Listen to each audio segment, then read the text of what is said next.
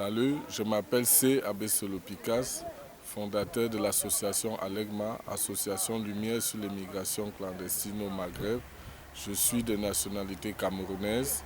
Je vis au Maroc, ça fait 2 ans aujourd'hui. Et je suis parti du Cameroun pour Dubaï. Et à partir de Dubaï, j'ai fait 2 ans en travaillant dans l'animation socioculturelle. Ensuite, je suis allé à Singapour, Macao, Hong Kong, Thaïlande, à Bangkok, à Pattaya. Et je suis revenu au Cameroun pour élaborer un certain nombre de projets dans le social. Et ça n'a pas du tout marché. J'ai été contacté par un ami de longue date qui m'a conseillé qu'au niveau du Maroc, on pouvait réaliser pas mal de projets. Et ce que j'ai vécu durant mon parcours jusqu'au Maroc et des réalités, des conditions de vie, des conditions de migrants m'ont poussé à... Oui, je suis parti donc pour une très longue aventure pour une seconde fois, en passant par le Tchad, où j'ai pris le vol du Cameroun pour le Tchad, et puis j'ai pris la voiture pour retrouver Djouba, au Sud-Soudan, parce qu'il y avait, après la guerre, il y avait pas mal d'opportunités dans le social où je voulais profiter pour apporter ma pierre à la construction. Les conditions à partir du Soudan étaient très très difficiles. J'étais obligé de revenir au Tchad. Du Tchad, je suis entré au Nigeria, Bénin, Niger, Burkina Faso, Mali, Algérie, Maroc. Et tout ce que j'ai enduré et tout ce que j'ai vu des femmes, des enfants, des vieux vivre pendant tout ce parcours, ça m'a beaucoup effrayé. Et quand je suis arrivé sur la terre marocaine, essayant de toucher du doigt ce que les migrants vivent pour traverser l'océan Atlantique, la mer Méditerranée, tout ceci fut un énorme choc pour moi. Et ça m'a poussé à rassembler avec des âmes de bonne volonté que j'ai côtoyées durant mon parcours, à mettre en place cette association qui est en train de prendre son envol avec ma association Lumière sur l'immigration clandestine. Donc les objectifs sont de relater les réalités, de mettre la lumière sur les vraies difficultés que rencontrent les migrants dans leur vie quotidienne, dans leur social, dans leur parcours, dans leur façon d'essayer de traverser, quelles sont les difficultés qu'ils rencontrent, quels sont les avantages qu'ils ont. Toute cette vie-là, c'est ça que notre association essaie de montrer au monde entier, les coups de raisons qui poussent les migrants subsahariens à sortir vers le Maroc.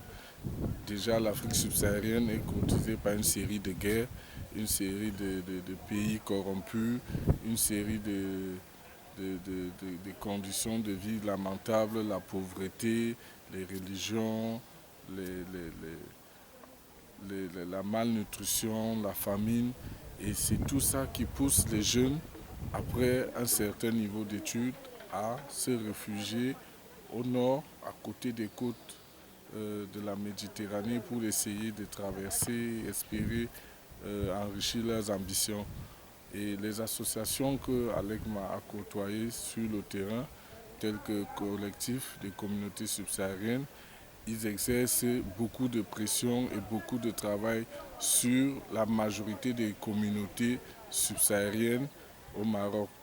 Et les associations comme Conseil des migrants, qui sont là depuis 2005, qui sont bien installées, continuent à mener leur rôle malgré le manque de moyens, que les associations plus organisées ne facilitent pas la tâche à ces associations subsahariennes. Voilà pourquoi le 8 mars dernier, toutes ces associations ont fait une sorte de plateforme, une synergie, de se mettre ensemble et donner un baptême à Voix des femmes, qui est une association faite par les femmes migrantes. Essayer de donner un tonus pour que les 4 associations puissent chacun avec ses objectifs divers, travailler dans une harmonie avec des conseils des autres associations.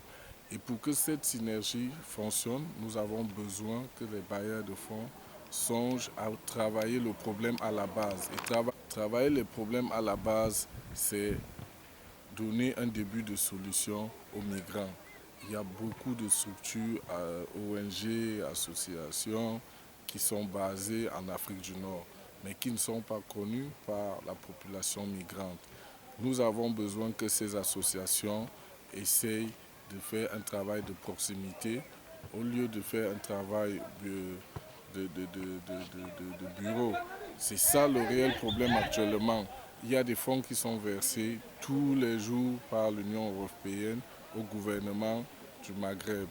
Mais qu'est-ce qui est fait en réalité pour les migrants? Avant le printemps arabe, il y avait moins, le fléau n'était pas assez élevé vers la Méditerranée pour traverser et rejoindre l'Europe.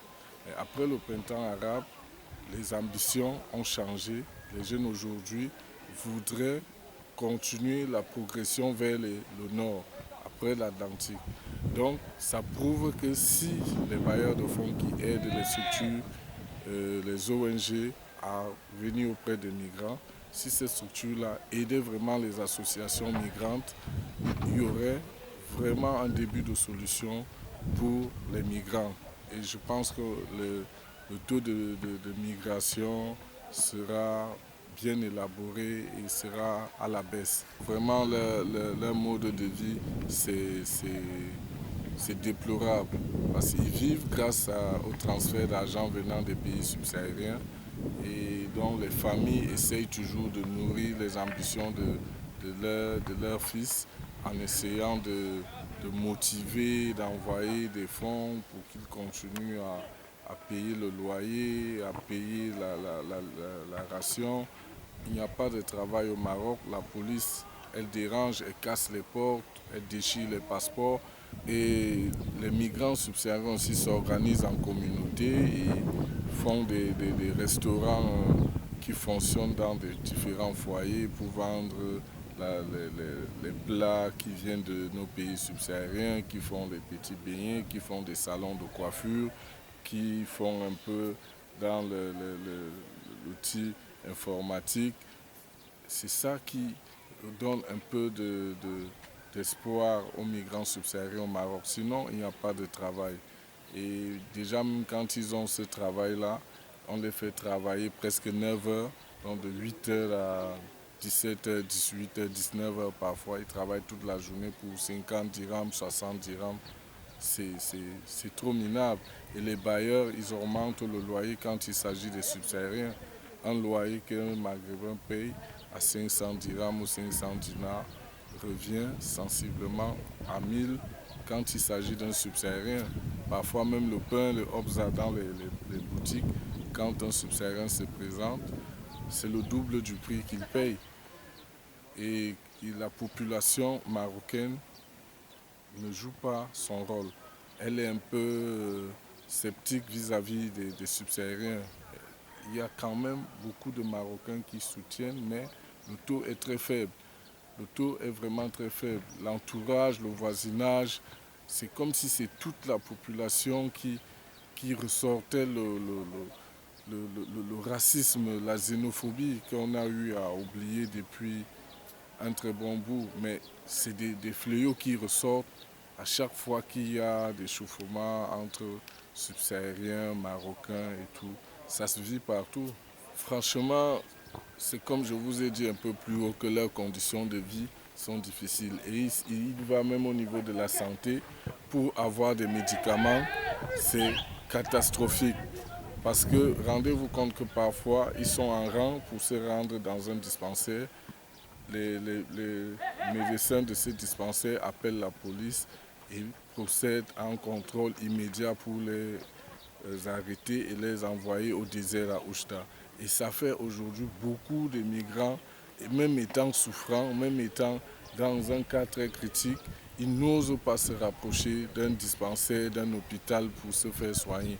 Et quand bien même il y a moyen de se faire soigner, c'est l'aide d'une ONG qui est vulgairement reconnu, dont je ne ferai pas la publicité ici, qui parfois prend des risques d'aider les migrants à le faire.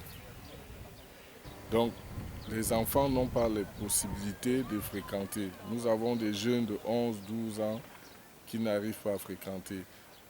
Une ou deux structures ONG qui aident les migrants à fréquenter, mais ce n'est pas suffisant parce que la demande est très forte.